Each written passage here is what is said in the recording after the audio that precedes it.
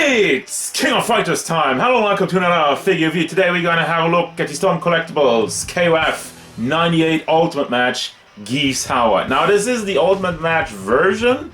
I guess that's the license that they're having because I don't really know how much difference is between that one and his first appearance in Fatal Fury, where he was the final boss. Gotcha. But he also showed up in Tekken, so he's been around the block and he's finally getting a big ass figure with a bunch of accessories. This box is huge and also fairly heavy, let me tell you. So, but I could stare at the box, but I want to know what's in the box, so let's get into the review right now.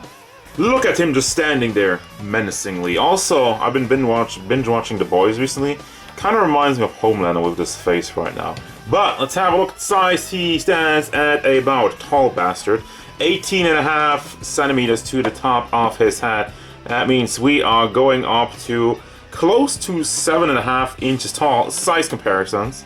Here's Jalter, the SH Figure Art Son Goku, NECA Michelangelo, Storm Collectibles Terry Bogard, and also Storm Collectibles Kazuya, and Darkseid. Overall look and detail, the basic figure, there's honestly that much to speak of. He's tall and he's bulky, and he does have a menacing presence, I give him that, but other than that, you have like a more traditional Japanese outfit with the white shirt, the big red puffy pants which just fall completely apart once you bend the knees, but gotta do something. That sculpt, it looks fairly simple and I like that. I feel like it should be. With these guys, it's always kind of hard to do like a good look. I feel like they went maybe a little bit too realistic with them, because KOF, 98, it was like a pixelated game, and even the artwork is heavily inconsistent. There's some cool artwork, but there's some different ones, and I think they're like somewhere in the middle, and for me personally, I think the face looks a little bit too realistic, but damn, look at those sharp eyes, he does look menacing. Anyway, also do have a little bit of shading in the front, don't know how I feel about that. It's just random, it has just a stab at the front, a little bit to the side, you know, it's random. I don't think like it's well coordinated, it's just like, oh, a little bit over there, a little bit over here. But, you know, shading nonetheless. Also, his gi is painted the entire white shirt, even though it's soft plastic. But it looks good. There's some more juicy details on there, which we'll have a look at in just a second. Because, spoilers, yes, you can take off the entire gi and display him shirtless. Then there's a bunch of line work in the pants while the molded lines going down. Even in the joints in the back, that's nicely integrated. And we got the soft plastic belt with the reality lines and the armbands down to the feet, the Ninja Tabi. Well, is it Ninja? Well, it's just Tabi. I don't think we call it Ninja Tabi. But you have that, and it's not Panzer. Actually, there's nothing really in the leg. It's hollowed arches at the feet, but then we have like this big red plastic. Holy crap.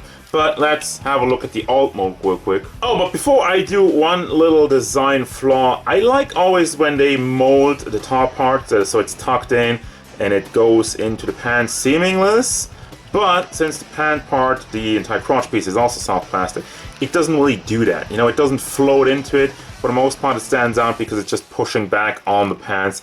And it's just kind of weird. Most of the time, you're just gonna have this weird curve showing up in here. Wow! That was worth it. Holy crap, does he look sexy like a snack.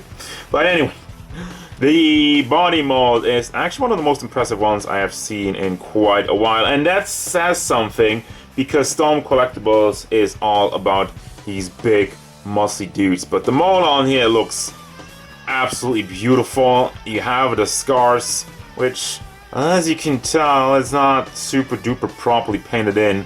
Doesn't go into the line as much as it should, but I mean, those are small details and you're only gonna notice it when you go closely into all of the detail. Also, as you can tell, you do have a real gold chain. Well, it's not actual gold, but it's a real chain.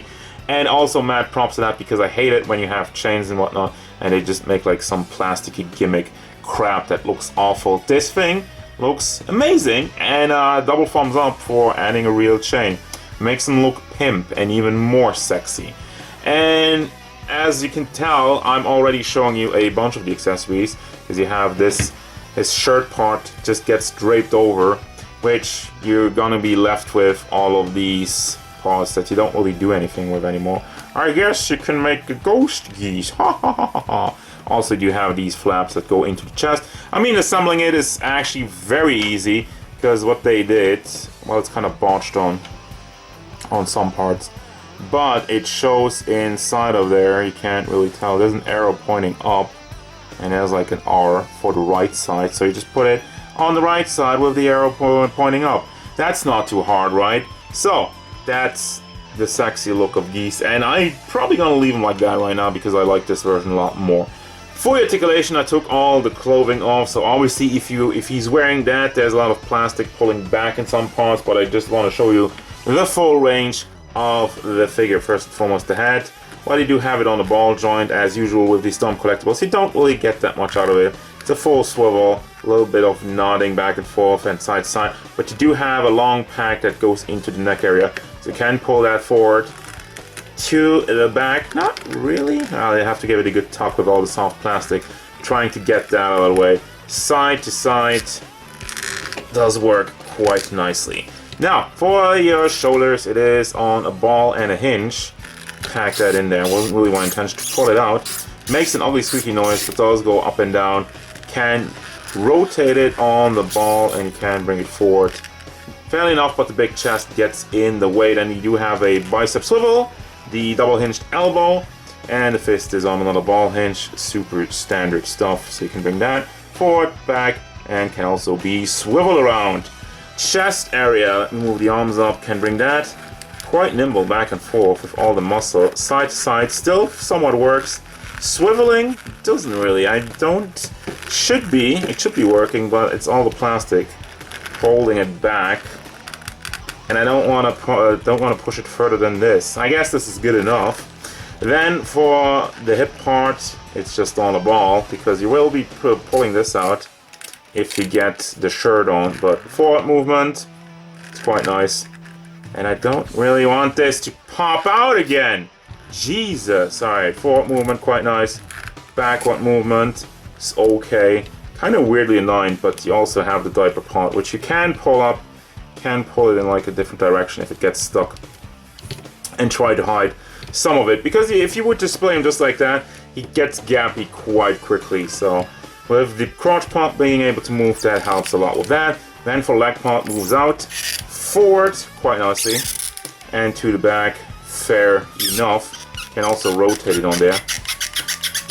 That noise though. Then we do have the big huge ball hinge in the knee. It doesn't look the greatest, but again, I don't really know what else you're gonna do. I guess it is some of the best ball joint I've seen for like big puffy pants like that. Now, my biggest gripe with the figure, and the reason why I've had issues with stability.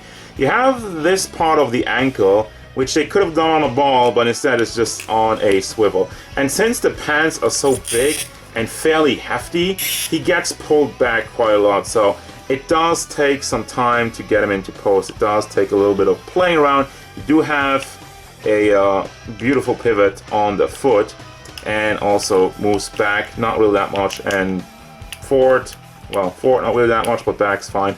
And you do also have a toe hinge, but yeah, a little bit of stability issues when it comes to this guy. There you go. So when it comes to the accessories, I already shown you that you can take the gi off, and you have all these parts to reassemble him in a different way. So we got that, you have the golden chain, we also saw that, and we got this, we also saw that. But there's more. First and foremost, we do have these head sculpts with a smiling face and a maniacal laughter. And then finally, one more, with just kind of like a smug angle, like a little smile. You dare challenge me? Which kind of pisses me off. We only had like 2 faces on Taki, 3 faces on Jury, and this guy gets 4. Thank you very much. Somebody must really like Geese at Storm Collectibles headquarters. We have these kind of open, more posing hands for fighting poses, semi-grabbing, or still fighting poses, and more grabby hands, or for fighting poses, or for grabbing somebody's face. That's pretty good. That's a classic. But wait! That is not all in the slightest. Holy crap. We got whatever the hell this is. These huge, McLarge, giant, thick blue plastic energy beams, and it doesn't hold on.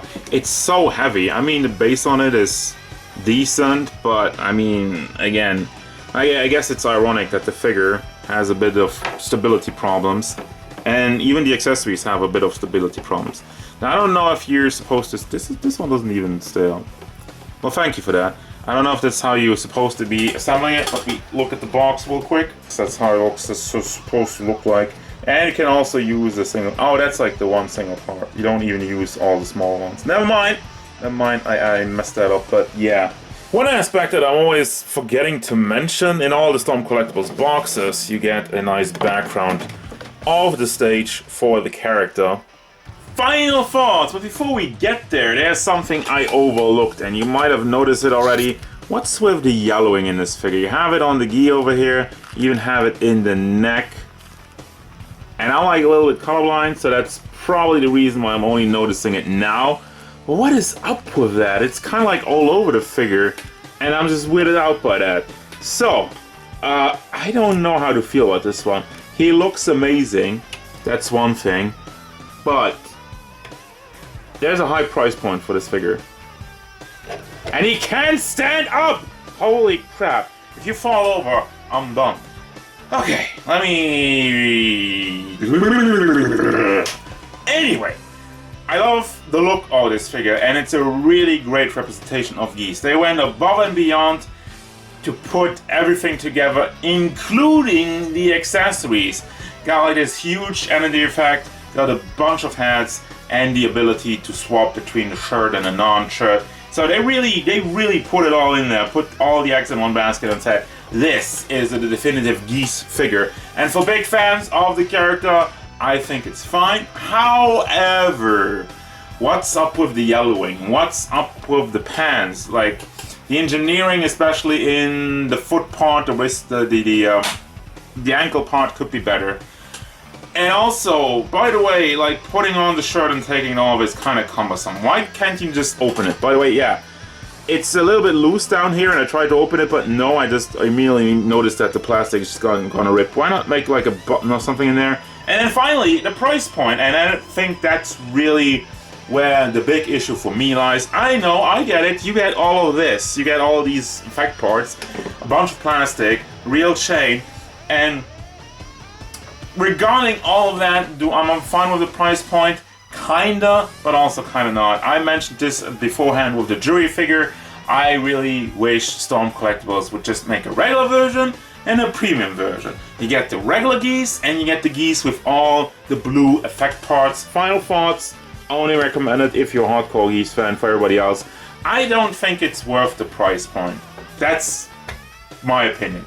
That's gonna do it, guys, as usual. Thank you very much for watching. Don't forget, if you enjoyed this review, hit it up with a like and subscribe to the channel so you can stay tuned for figure reviews, card game stuff, and whatever Geese wants.